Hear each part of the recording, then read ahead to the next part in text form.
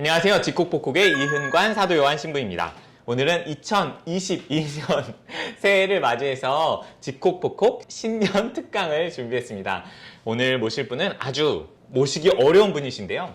교황청 종교 간의 대화 평의회 자문위원으로 활동하고 계시면서 캄보디아 선교사로 또 계시고 또 캄보디아 대학에서 스님들에게 독특하게도 불교를 가르치고 계신 예수회의 강인근 요셉 신부님을 초대하도록 하겠습니다. 신부님 어서 오세요. 네, 안녕하세요. 반갑습니다. 네, 신부님 제가 길게 소개해드렸는데요. 예. 스스로는 어떻게 자기소개를 하시는지 한번 부탁드릴게요. 저는 교황님 말씀처럼 죄인입니다. 그쵸, 죄인이지만 예수님의 벗으로 불리운 죄인입니다. 네, 이제는 또한 모든 종교인들의 벗으로 불리움 받았습니다. 그 되게 굉장히 멋있는 표현인 것 같아요. 모든 종교인들의 벗으로 예. 불리움 받았다. 왜 그렇게 설명하신 거예요? 네, 왜냐하면 제가 20년 넘게 캄보디아 미션을 수행하면서 전공이다 보니까 이제 종교 간의 대화 쪽에 많은 일을 하게 됐고, 그러면서 만난 모든 타종교인들, 그 스님들, 이슬람 지도자들, 또 그 외의 종교들 지도자들 이렇게 만나면서 깨달은 것은 종교 간의 대화는 어떤 지적인 토론이나 심오한 그런 영적 대화나 뭐 이런 것들도 굉장히 중요하지만 그것 이전에 가장 바탕이 되는 것은 프렌드십, 우정이다. 그게 친구가 되면 그 다음엔 쉬워요. 네, 그러니까 사실은 시작도 친구가 되는 거고 벗이 되는 것이고, 그러네요. 마지막도 벗으로서 서로 활동을 하는 거예요. 이거 굉장히 그 요한복음에 나오는 이야기가 좀 떠오르는데 예. 그 예수님이 그런 표현 쓰셨던 기억이 나는데요. 예. 그 나는 너희를 친구라고 불렀다. 예. 그런 맥락에서도 좀 이해가 되기도 하네요. 불교에서는 도반이라고 부르죠. 아, 도반. 그러네요. 거기서도 예. 친구란 그러니까 개념이 있네요. 돌을 함께 닦는 사람들, 좋은 세상을 만들기 위해서 돌을 닦는 사람들이죠. 그 사람들이 어떤 처지, 어떤 신분, 어떤 곳에 있든지 간에 그 돌을 닦는 사람들끼리는 친구가 되는 거죠. 그래서 그 유명한 달라일라마 스님과 또 우리 카톨릭의 유명한 우리 토마스 머튼 그 신부님 첫 만남에서 도가 통했대잖아요. 뜻이 통해서 친구가 됐대요. 아, 그 두 분이 만나셨었구나. 예, 만난 적이 있어요. 토마스 머튼 신부님 돌아가시기 직전에. 고맙습니다, 신부님. 스스로를 죄인이자 예수님의 벗으로 이렇게 불리움 받은 사람이고 종교 간의 대화, 그래서 다양한 종교 전통의 리더들과 우정을 나누는 사람이다. 이렇게 설명을 해주신 것 같아요. 오늘은 사실 그래서 그 이야기를 좀 듣고 싶습니다. 저희는 청년센터니까 청년들이 요즘 질문하는 것 중에 혹은 질문하진 않지만 살아가는 태도 중에 담겨 있는 것이 아니 종교가 뭐예요? 종교를 우리가 왜 믿어야 돼요? 혹은 종교를 우리가 왜 가져야 돼요? 이런 질문을 좀 하는 것 같아요. 신부님, 종교를 어떻게 청년들에게 한마디로 정의하면 어떻게 한마디로? 뭐 한 세 마디? 네. 어떻게 설명할 수 있을까요? 저도 그 질문들에 참 답하기가 어려운 것 같아요. 한마디로 표현한다면 뭐 종교의 뜻을 물어야 되겠죠. 종교라는 단어의 뜻. 그러면 마루종자 가르칠 교, 가장 근본적인 가르침. 그렇지만 뭐 그렇게 표현하면 너무 추상적이고 종교가 되기 위해서는 한 3가지 정도의 요건이 갖추어져야 된다고. 3가지. 예. 네. 종교학자들은 얘기를 해요. 100% 동의하는 것은 아니지만 많은 대부분의 학자들이 동의하는 바에 의하면, 첫째, 종교가 되려면 신앙의 체계, 신앙의 실천이 있어야 되죠. 신앙의 체계 또는 실천. 그 사람들의 모임이잖아요. 네. 그러니까 사람들이 모여서 어떤 신앙을 가지고 체계적인 이론과 체계적인 실천에 따라서 하나의 종교가 형성이 되죠. 그런데 그것만 갖고는 진정한 종교가 되기 힘들고, 두 번째 요소는 모름지기 종교라면 궁극적인 실제에 대한 관계가 있어야 돼요.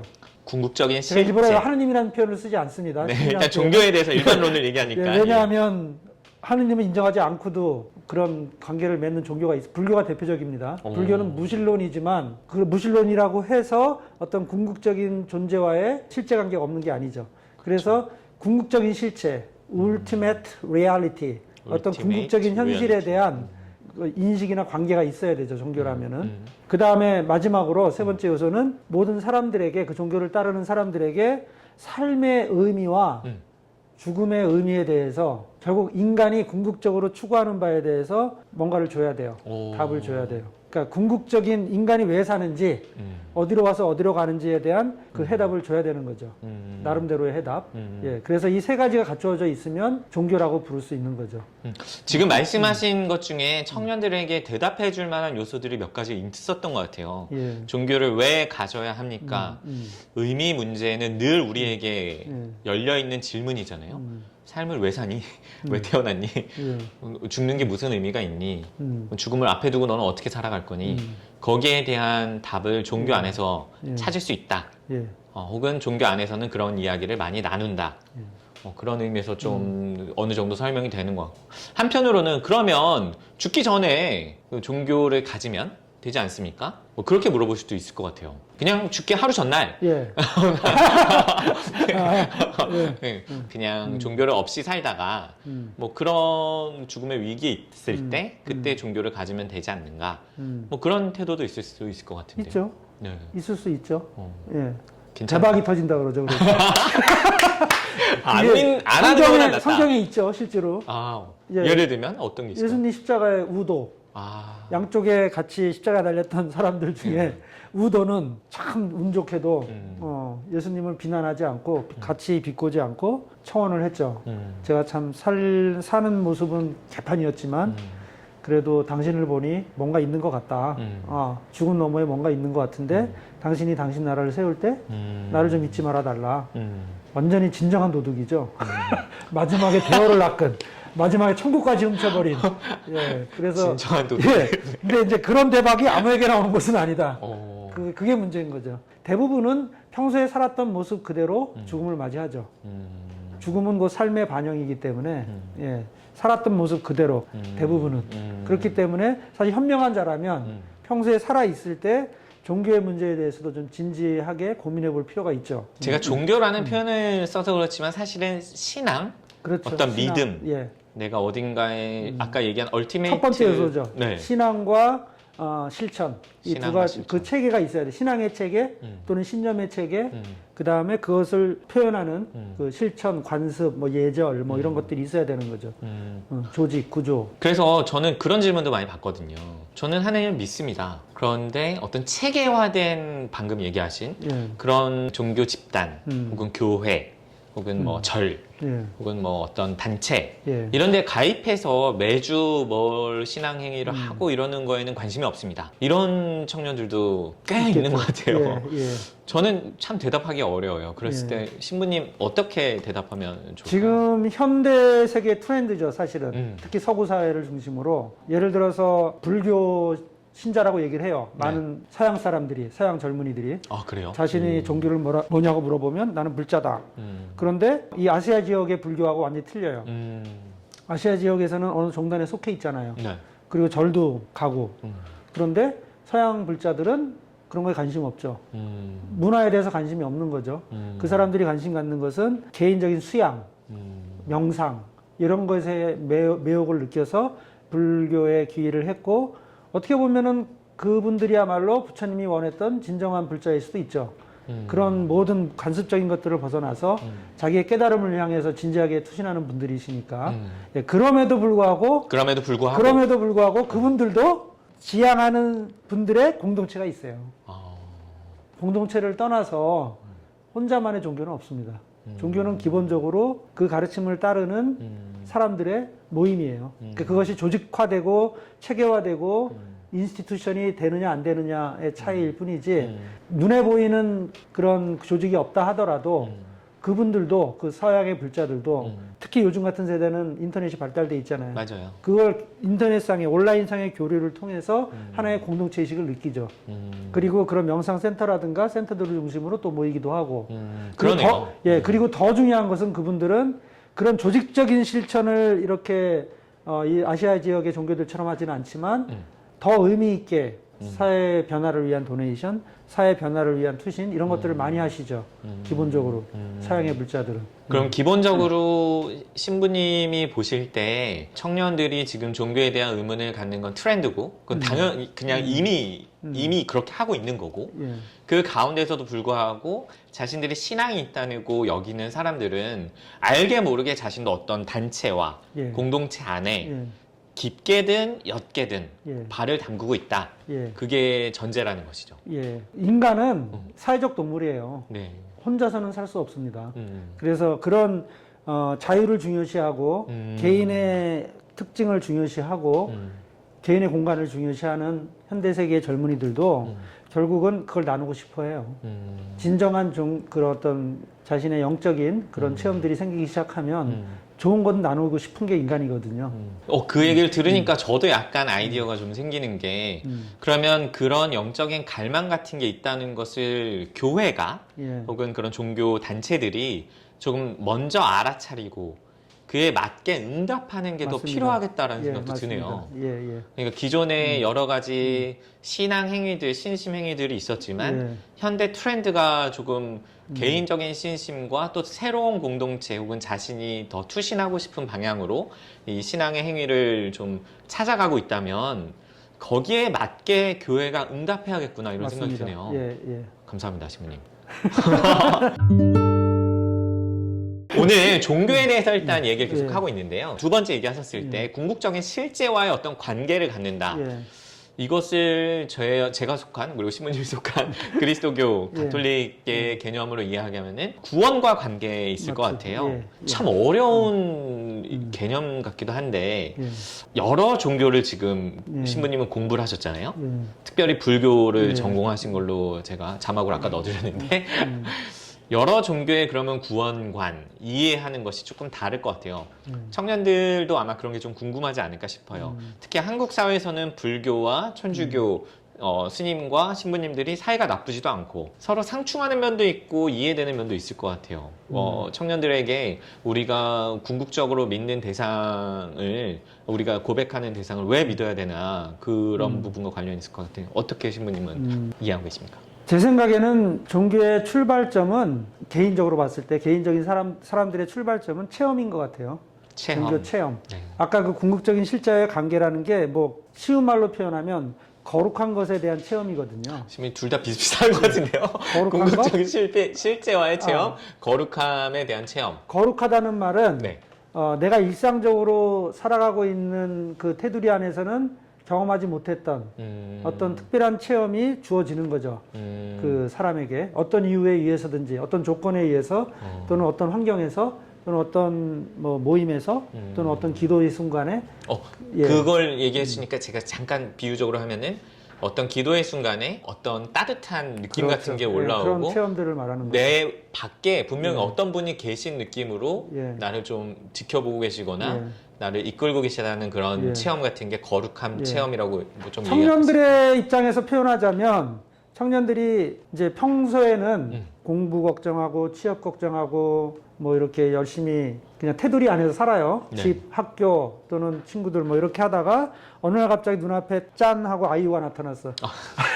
아이유 같은 제 눈앞에 멋진 서서. 아가씨가 프로포즈를 하네. 오, 만약에 그렇게 된다, 그런 사건을 경험한다면 네. 엄청난 체험이죠, 그죠? 그건 구원 체험이죠. 그거예요. 종교 체험 똑같습니다. 예, 아, 예. 그렇구나. 어떤 이해가 팍 되네요. 예, 거룩한 체험이라는 게 뭐 특별히 뭐 그냥 뭐 대단한 신비 체험이 아니고 사실은 일상에서는 느껴보지 못했던 해방감 또는 매력적인 체험 예, 그런 것들도 다 거룩한 체험이라고 할 수가 있죠. 경이로움. 네. 자연을 보면서 같이 친구들이랑 놀러 갔는데 친구들은 좀 술 먹고 지금 막 이제 오징어 게임 하고 있는데 어떤 청년은 나와볼 수 있잖아요. 네. 자연경관이 궁금해서 네. 나와봤는데 어느 순간에 할 수 있죠. 평소에 그냥 보던 꽃과는 다른 꽃 또는 평소에 보던 풍경과는 다른 엄청난 대자연의 압도적인 풍경 뭐 이런 걸 보는 순간 지금 이 순간에 자기 현재 아이들하고 막 놀던 그걸 넘어서는 어떤 체험을 할 수가 있죠. 네. 그 사로잡힐 수가 있죠. 그런 체험에. 그 순간들이 저는 종교적 체험의 순간이라고 이야기할 수 있죠. 그것과 구원이 연결이 된다. 그걸 좀 더 진지하게 생각하기 시작하고 그런 체험들이 좀 더 많아지고 자주 일어나고 아니면은 그런 체험들 바탕으로 산다는 게 도대체 뭔가 내가 꼭 이렇게 아둥바둥 이렇게 살고 있는데 이것이 인생의 전부인가? 라는 이제 의문이 들기 시작하면, 질문이 생기기 시작하면 구도의 삶이 시작되는 거죠.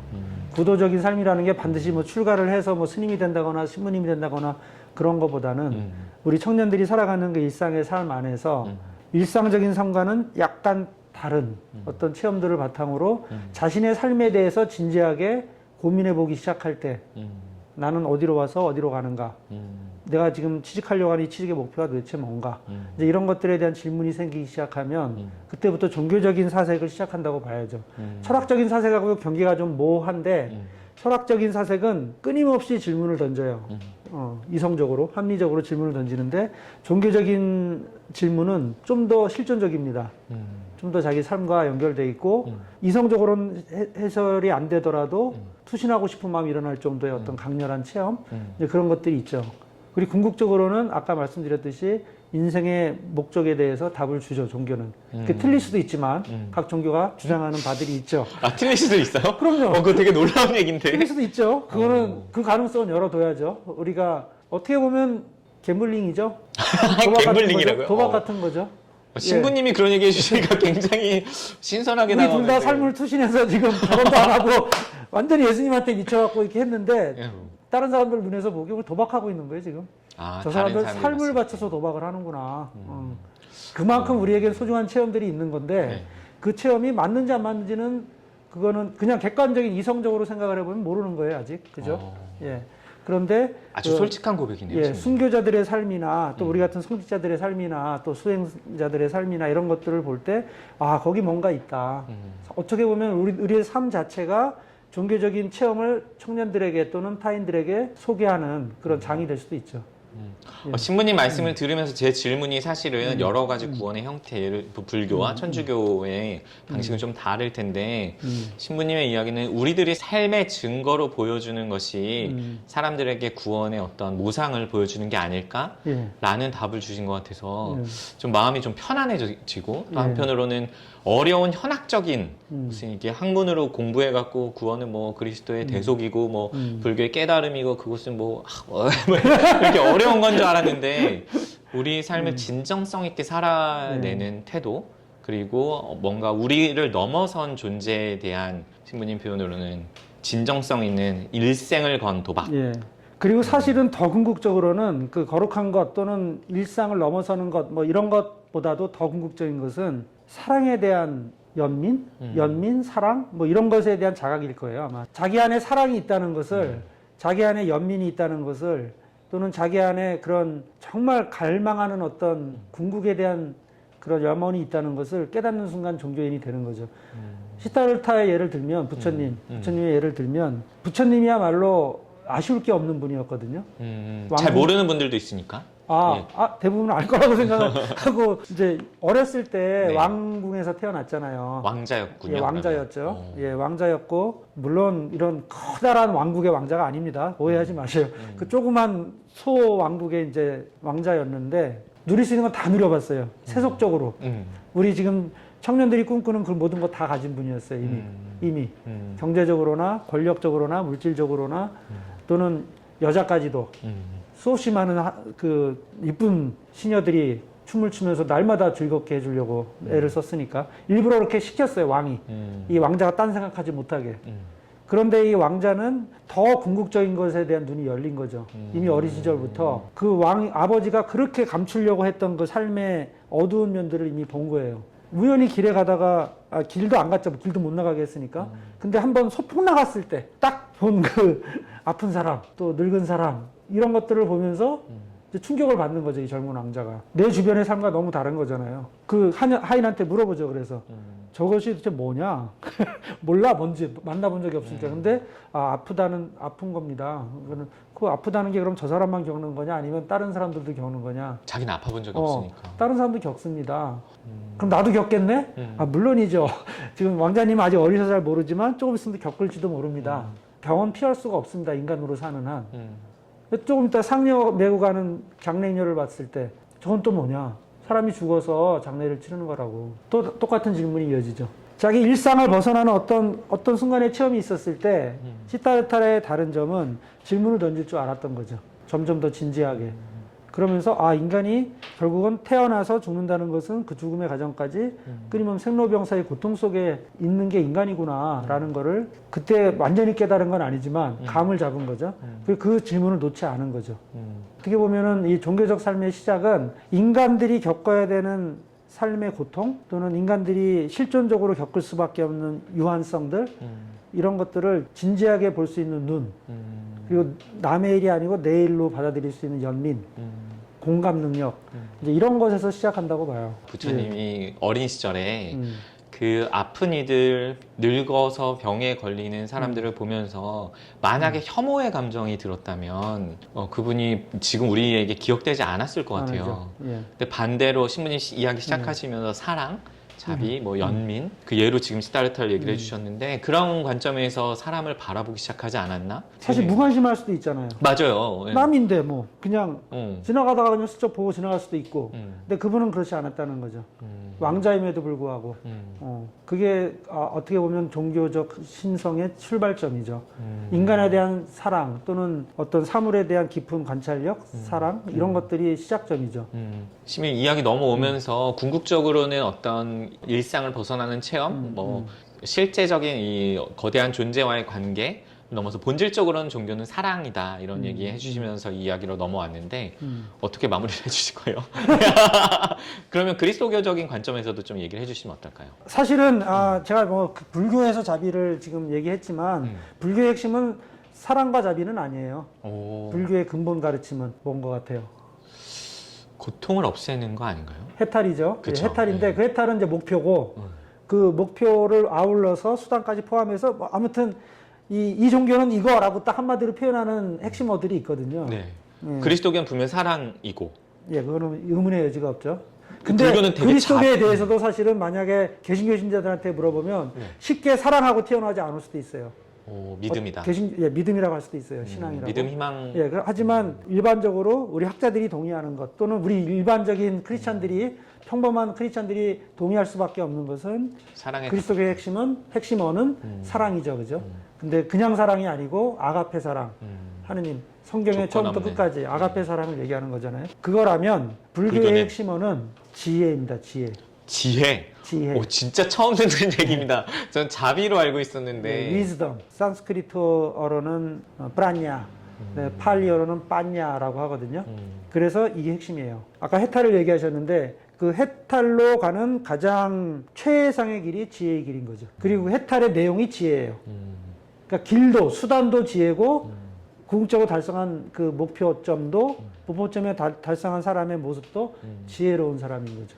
신부님 말씀 듣다 보니까 철학적인 종교 같다는 느낌도 들고요. 그래서 사람들이 많은 경우에 불교는 철학이냐 종교냐 이거 갖고 서구학자들은 지난 100년 동안 논쟁을 했죠. 웃기는 제가 얘기인데 100년 동안 논쟁한 걸 한 방에 알아들은 웃기는 얘기죠 사실은. 네. 서구적인 관점에서 왜냐하면 서구인들에게는 종교는 하느님과의 관계를 얘기하는 거기 때문에 그렇겠죠. 하느님을 믿지 않는 이 불교라는 이상한 이 종교는 이거 종교냐 아니면 철학이냐라고 논쟁을 했던 건데 근데 그거는 서양 사람들 얘기고 종교 엄연한 종교죠. 세계 4대 종교 중에 하나고 많은 아시아의 민중들이 따르는 아까 말한 그 세 가지 요건을 다 갖춘 그런 신앙의 체계인데 그거를 종교가 아닌 철학이라고만 치부해 버린다는 것은 문제가 있죠. 예. 감사합니다. 신부님 오늘 종교를 주제로 첫 번째 시간인데 다음 시간 때는 조금 더 세밀한 것들을 좀 다뤄보고요. 오늘 제가 좀 드리고 싶은 마지막 질문은 세계에 널리 알려진 종교들이 있잖아요. 그럼 그 종교들 간의 대화라는 것을 그리스도교, 특히 가톨릭 교회에서는 중요하게 여기고 있고 신부님이 또 교황청 그 자문위원으로 작년에 임명이 되셨잖아요. 그런 걸 보면은 왜 대화인가요, 굳이? 아까 말씀드렸듯이 그리스도교의 핵심은 사랑이에요. 근데 그 사랑을 잊고 그리스도교회가 특히 그 카톨릭 교회가 2000년 동안 사랑이 핵심이라는 걸 잊고 믿음에 강조를 둔 거죠.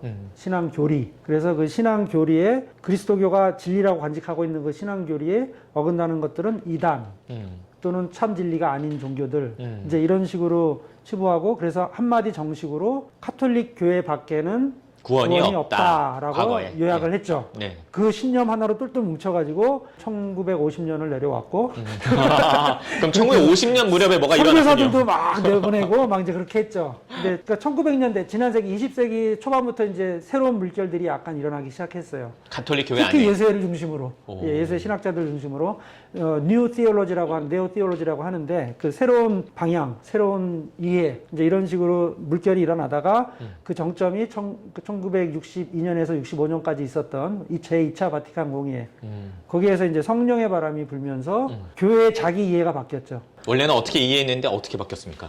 원래는 예수님께서 오셔서 선포하신 게 하느님 나라잖아요. 네. 그죠? 하느님 나라인데 그 전까지의 이해는 하느님 나라 이퀄 카톨릭 교회, 성사적 교회. 그래서 이 카톨릭 교회에 들어오지 않으면 구원이 없는 거예요. 1960년대 하느님 나라가 이전까지. 완전히 이퀄 상태이기 때문에 그런 좀 오만한 이제 그 교회가 아니었죠. 근데 2차 바티칸 공의회에서 결정적으로 그걸 포기한 거죠. 그럼 다 구원이 하느님 있다. 나라가 카톨릭 교회가 아니고 네. 카톨릭 교회가 하느님 나라가 아니고 카톨릭 교회는 하느님 나라의 성사죠. 아, 약간 어려운데 그러니까 잠깐만요. 부분이야 부분. 아, 부분이다. 전체가 아닌 거예요. 오. 그럼 부분적. 더 넓은 하느님 나라가 넓은 있다. 하느님 나라는 우리가 이해할 수 없어요.